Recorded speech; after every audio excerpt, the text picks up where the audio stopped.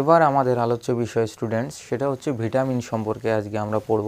তো চলো বেশি দেরি না করে ভিটামিন সম্পর্কে কিছু তথ্য জেনে নেওয়া যাক। এই ভিটামিনটা হচ্ছে আমরা যখন খাদ্য খাওয়ার পরে যখন পুষ্টি সম্পর্কে মানে কার্বোহাইড্রেট, প্রোটিন, ফ্যাট এগুলো সম্পর্কে যখন পুরোপুরি ধারণা এসে গেল মানুষের, তারপরে কিন্তু ভিটামিনের যে ধারণাটা সেটা কিন্তু অজ্ঞাত ছিল। তো অ্যাট ফার্স্টে বা প্রথমেই বিজ্ঞানী লুনিন হচ্ছে 1811 সালে উনি প্রথম দেখলেন যে এই খাদ্যবস্তু কার্বোহাইড্রেট, প্রোটিন, ফ্যাট এগুলো ছাড়াও এমন কিছু খাদ্য উপাদান আছে যেগুলো না হলে মানুষের দেহ বা রোগ প্রতিরোধ ক্ষমতা বা দেহের যে বিভিন্ন ধরনের জৈবিক ক্রিয়া সেগুলো সংগঠিত হতে মানে সমস্যার সৃষ্টি হচ্ছে। এই জন্য উনি রিসার্চ করে দেখলেন যে এক ধরনের খাদ্য উপাদান আছে।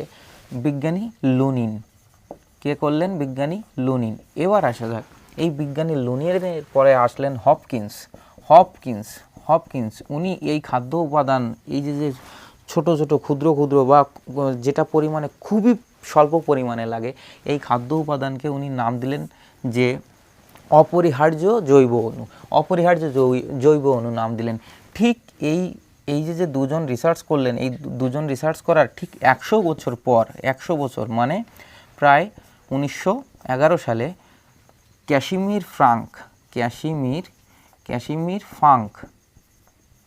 ফাঙ্ক উনি এই যে জৈব অণুগুলো এইগুলোর নামকরণ করলেন ভিটামিন। অনেকে ভাইটামাইনও বলে, তো কোনো ব্যাপার না, যার যেরকম উচ্চারণ করতে পারে। তো উনি এই নামকরণ করলেন, কে করলেন? কাসিমির ফ্রাঙ্ক। পরীক্ষায় আশা করছেন যে ভিটামিন কে আবিষ্কার করেন? 1911 সালে কাসিমির ফ্রাঙ্ক।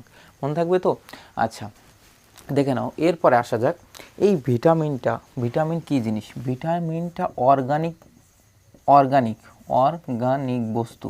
অর্গানিক বস্তু মানে জৈব বস্তু তাকেই বলা হয় যার মধ্যে জৈব বস্তু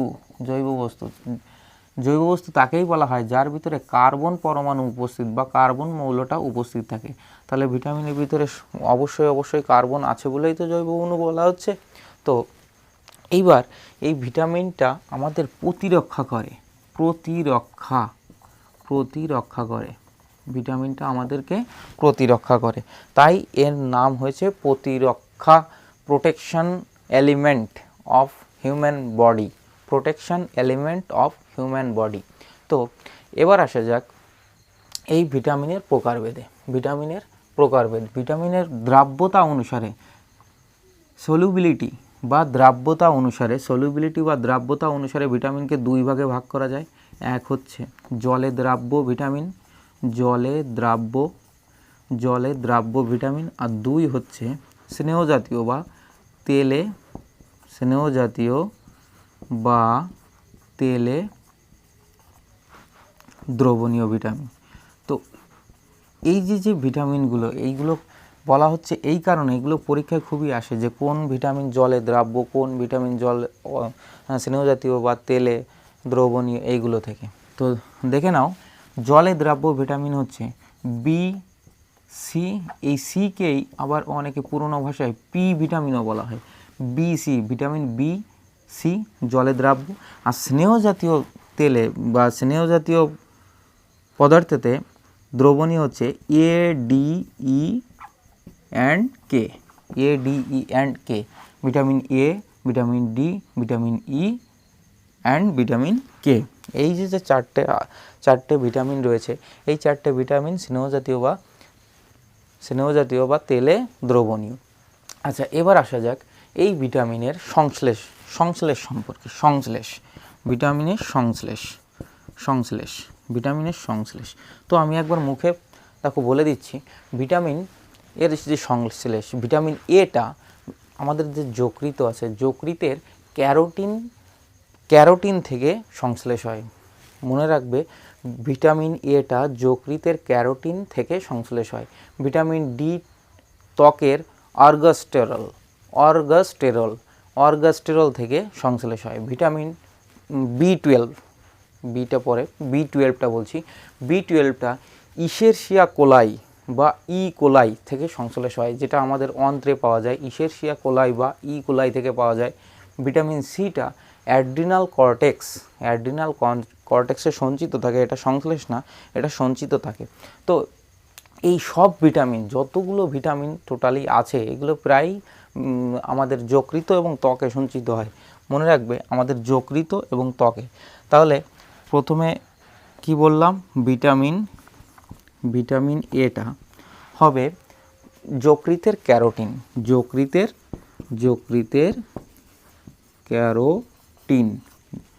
যকৃতের ক্যারোটিন। ভিটামিন, তাহলে ডিটা কি হবে, ত্বকের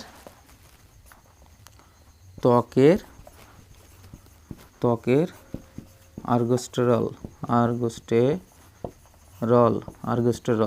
ত্বকের আর্গোস্টেরল। B12টা হবে, B12টা তাহলে কি হবে, কি বললাম, ইশেরশিয়া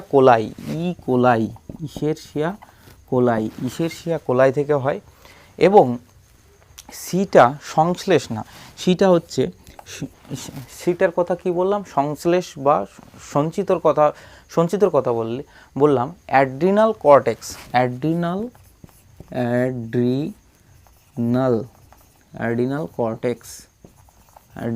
কর্টেক্সে এটা সঞ্চিত হয়। আর ম্যাক্সিমাম ভিটামিনগুলো আমি কি বলেছি, মানুষের যকৃত ও ত্বকে সঞ্চিত হয়, তো তোমাদের সুবিধার জন্য, তো যদি লিখে আমার কথার সঙ্গে লিখে না পারো, তো তার জন্য আমি সরে যাচ্ছি, তোমরা স্ক্রিনশট নিয়ে রাখতে পারো, এটা খুবই কাজের জিনিস, সব পরীক্ষায় এটা জিজ্ঞাসা করা হয়। তো এবার আসা যাক ভিটামিনের পুরোপুরি যে অংশ রয়েছে,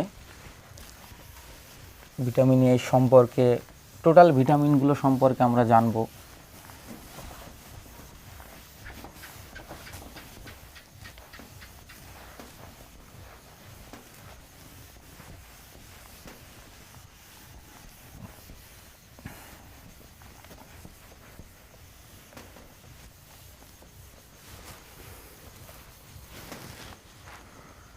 তো প্রথমে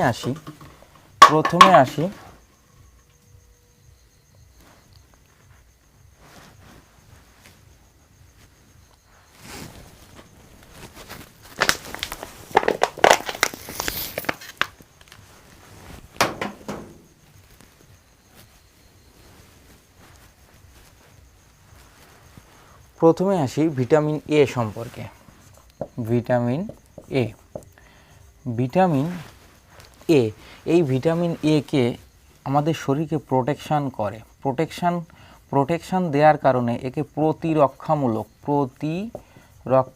ভিটামিন বলা হয়। প্রতিরক্ষামূলক ভিটামিন বলা হয় একে। ভিটামিন এ কে প্রতিরক্ষামূলক ভিটামিন বলা হয়। আচ্ছা, এরপরে আসি, এই ভিটামিনটা পাওয়া যায় কোথায়?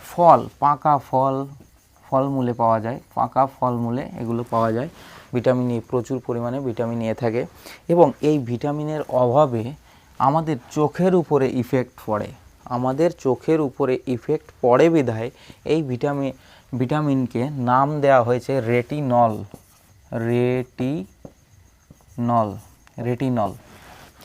কেননা চোখের সাথে রিলেটেড কে রয়েছে? রেটিনা রয়েছে, তাই এর নাম হয়েছে রেটিনল। আচ্ছা, এই রেটিনলের অভাবজনিত কারণ হচ্ছে নাইট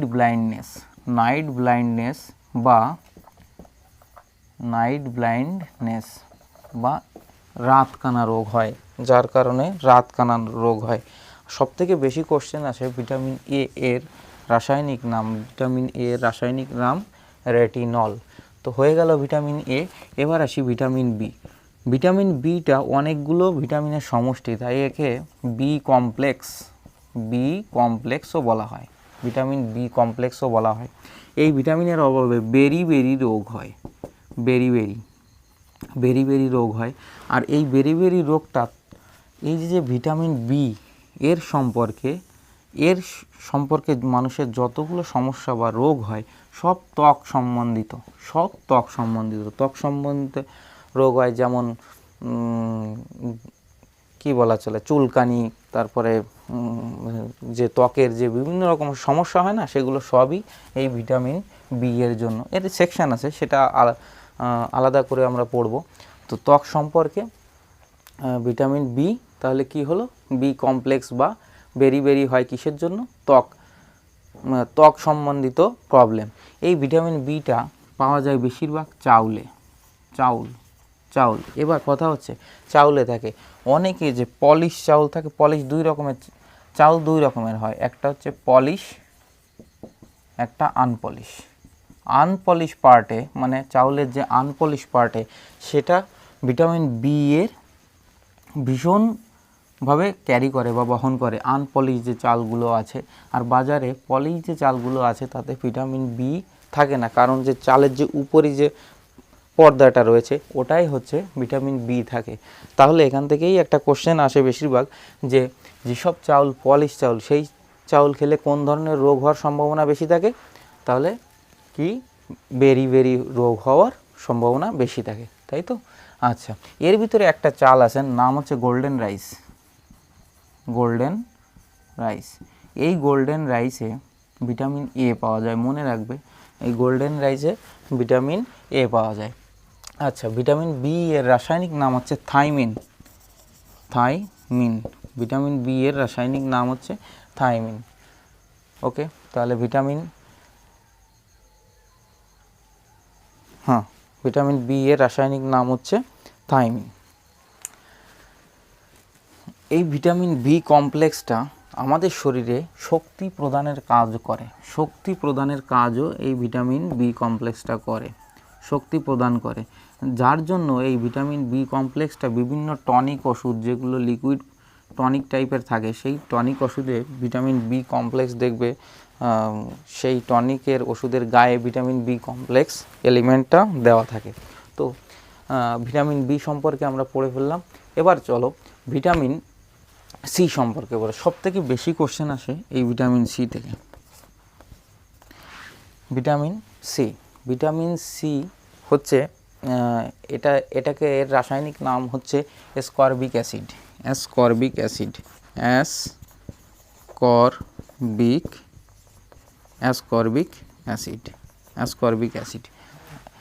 এর অভাবজনিত কারণটা হচ্ছে বা রোগটা হচ্ছে, সেটা হচ্ছে স্কারবি।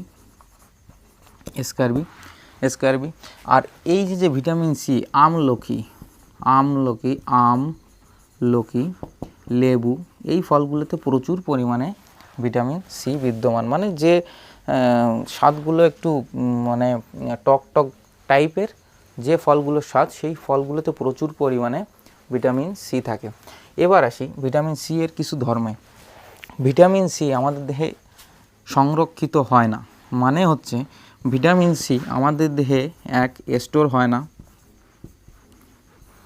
দুই এটা মানুষের প্রস্রাব করলে প্রস্রাবের সাথে বেরিয়ে যায়।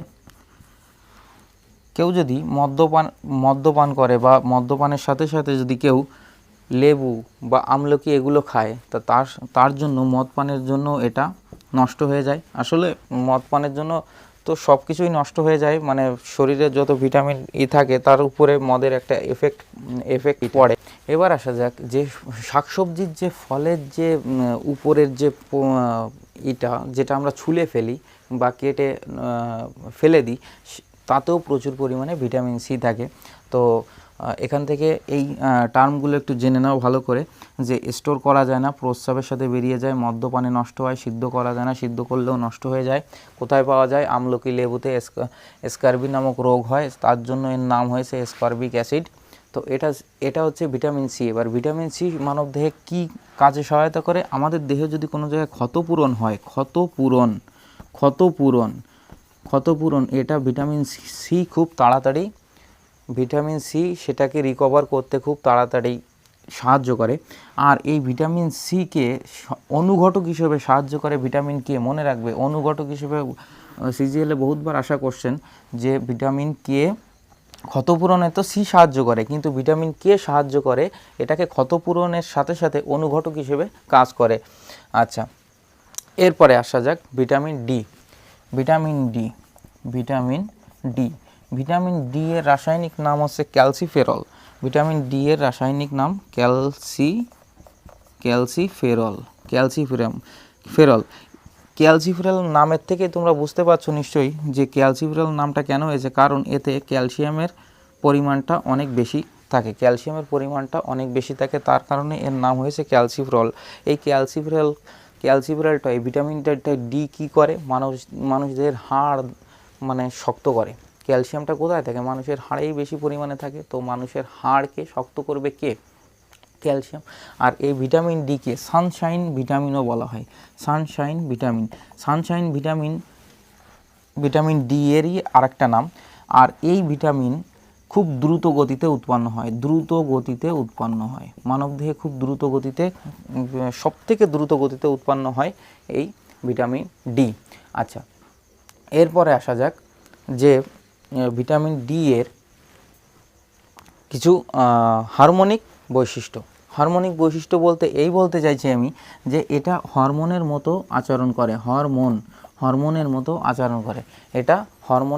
আচরণ করে, সবথেকে বেশি কোশ্চেন যেটা আসে এই ভিটামিন ডি এর যে মাছের দেহে পাওয়া যায়, এই ভিটামিনটা মাছের দেহে পাওয়া যায়। মাছের যে বডিটা আছে সেই বডিটা আমরা যদি খাই তাহলে সেখানে থাকে vitamin D body is equal to vitamin D. মাছের যে দেহ আছে সেটা খেলে ভিটামিন ডি পাওয়া যায়। আর মাছের যে যকৃতটা আছে সেটা খেলে আমরা পাই ভিটামিন এ। তো এই জন্য ডাক্তাররা রোগীদের সবসময় বলে যে তোমরা ছোট মাছ খাবে। ছোট মাছে কি হয়, মাছ তো খাওয়াই হচ্ছে, বডি তো খাওয়াই হচ্ছে, সাথে সাথে কী খাওয়া হচ্ছে, মাছের যকৃৎ, যার ভিতরে কি আছে, প্রচুর পরিমাণে ভিটামিন এ রয়েছে। তাহলে দুটো ভিটামিনের কাজ একসাথে মাছই করে।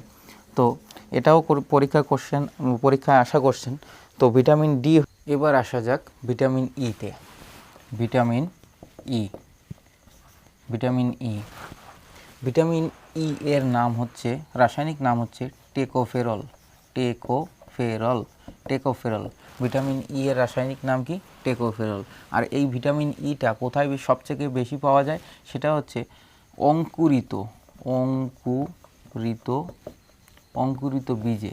এই অঙ্কুরিত বীজ বলতে ছোলা, মটর, এগুলো, এই জাতীয় খাদ্য যখন আমরা ভিজিয়ে রাখি অনেক দিন, বা 2 দিন হোক 3 দিন হোক, এগুলোতে বীজ অঙ্কুরিত হয়ে যায়। সেই অঙ্কুরিত বীজে এই ভিটামিন ইটা সবথেকে বেশি পরিমাণে থাকে। তো এর থেকে কোশ্চেন আসে যে অঙ্কুরিত বীজে কোন ভিটামিন পাওয়া যায়। অপশানে চারখানা অপশান থাকবে, তার ভিতরে ভিটামিন ইটা তোমার সিলেক্ট করতে হবে। তো চলো এরপরে দেখা যাক এই ভিটামিন ইটা সবসময় মানুষের পক্ষে খাওয়া সম্ভব না। কেন খাওয়া সম্ভব না? এই কারণেই যে অঙ্কুরিত বীজ এর একটা টাইম সাপেক্ষ ব্যাপার বা সময় সাপেক্ষ ব্যাপার, যে এটাকে খাওয়ার জন্য প্রস্তুত করা, এটা তাই এই যে ভিটামিন ইটা এর সেলফ জেনারেশন মানে নিজে প্রস্তুত করবে কোষের ভিতরে।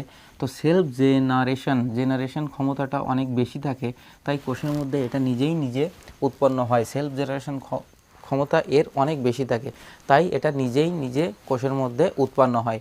এই সেলফ জেনারেশন ক্ষমতার কারণে এই ভিটামিন ইটার যদি অভাব পড়ে শরীরে, তাহলে জনন ক্ষমতা কমে যায়। সেই ব্যক্তি বা মানুষের জনন ক্ষমতা কমে যায়। এই জনন ক্ষমতা ছেলের ক্ষেত্রেও কমে, মেয়ের ক্ষেত্রেও কমে। তো ছেলের ক্ষেত্রে কমলে তাকে বলা হয় নপুংসকতা মানে সন্তান উৎপাদনে অক্ষম। আর মেয়েদের ক্ষেত্রে বলে তোমরা সবাই মোটামুটি জানো, সেই মেয়েকে বলা হয় বন্ধ্যা। তো এই ভিটামিন ইটা কম, ঘাটতি হলে তাহলে কি ধরনের সমস্যা হতে পারে? তো ভিটামিন ইটা যদি কমে যায় তাহলে সেই ছেলে বা মেয়ের বা নবদম্পতির ক্ষেত্রে তাদের ছেলে হওয়ার সম্ভাবনা খুবই কমে যায়। তো এই ভিটামিন ইটা মানব শরীরে খুবই অত্যন্ত গুরুত্বপূর্ণ একটা ভিটামিন, যেটা কিনা মানুষের একটা ভাইটাল ভিটামিন রূপে কাজ করে। আচ্ছা, এবার আসা যাক, ভিটামিন ইটা হয়ে গেল, এবার আসা যাক ভিটামিন কে। ভিটামিন কে এটা কি বলছে, যে ভিটামিন কে যদি কমে যায় তাহলে এটা রক্ত তঞ্চন হতে হচ্ছে তোমার তঞ্চন ক্ষমতা কমিয়ে দেয়, রক্ত তঞ্চন বা ব্লাড ক্লটিং পাওয়ার কমে যায়। তো এটার জন্যই হ্যামারেজ হয়, হ্যামারেজ বলা হয়, যেটা কিনা নিউরাল সিস্টেমের উপরে পুরোপুরি ইফেক্টিভ হয় এই ভিটামিন কে এর কারণে, তঞ্চন হয়। আর এটার রাসায়নিক নাম হচ্ছে ফাইলোকুইনন। এর রাসায়নিক নাম কি? ফাইলোকুইনন। তাহলে মোটামুটি ভিটামিন বি এর যে ক্যাটাগরি সেটা বাদে তোমার মোটামুটি আর অন্য যেগুলো ছিল সবগুলোই কভার হয়ে গেছে। তো ভিটামিন সম্পর্কে আমাদের যাবতীয় আলোচনা যেগুলো ছিল পরীক্ষায় আসা কোশ্চেন বা কম্পিটিটিভ বিভিন্ন এক্সামের জন্য যতগুলো কোশ্চেন আসার মতো সবগুলো সম্পর্কে বলে দিলাম। শুধু একটা পোর্শনই বাকি রয়েছে, সেটা হচ্ছে ভিটামিন বি এর ক্লাসিফিকেশন সম্পর্কে। তো সেই ভিডিওটা পরে ভিডিওতে আপলোড করে দেবো। তো আশা করি তোমাদের সবার এই ভিডিওটা ভালো লেগেছে। যদি ভিডিওটি ভালো লেগে থাকে তাহলে লাইক করো, সাবস্ক্রাইব করো।